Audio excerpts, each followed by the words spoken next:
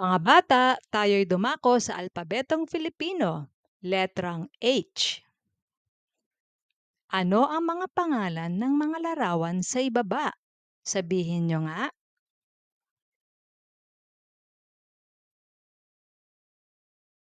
Mahusay. Basahin natin. Hipon, hikaw, holen, helicopter, hagdan, halaman. Ang mga nabanggit na larawan ay nagsisimula sa letrang H. Paano gawin ang tunog? Upang gawin ang tunog na "huh", bahagyang buksan ang iyong bibig, panatilihing relax at mababa ang iyong dila sa loob ng bibig. Pagkatapos, dahan-dahang itulak ang hangin palabas sa iyong bibig habang gumagawa ng banayad na tunog ng paghinga. Ulitin nga natin. Ilang mga halimbawa. Sabihin ang salitang hito ng dahan-dahan at pakinggan ang tunog ng letrang H sa simula. Mag-practice ng pagsabi ng hito at pansinin kung paano ang pakiramdam ng iyong bibig kapag ginagawa mo ang tunog na iyon. Halimbawa, hito, hawla, hari, hugis. Pagsasanay. Pangalanan ang mga sumusunod na larawan. Itaas ang iyong kamay kung ang pangalan ng larawan ay nagsisimula sa letrang H. Handa na ba kayo? Nagsisimula ba ito sa letrang H? Oo, ito ay halaman. Nagsisimula ba ito sa letrang H?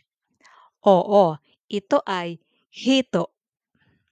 Nagsisimula ba ito sa letrang H? Hindi, ito ay gunting. Nagsisimula ba ito sa letrang H? Oo, ito ay ham. Nagsisimula ba ito sa letrang H? Hindi, ito ay daga.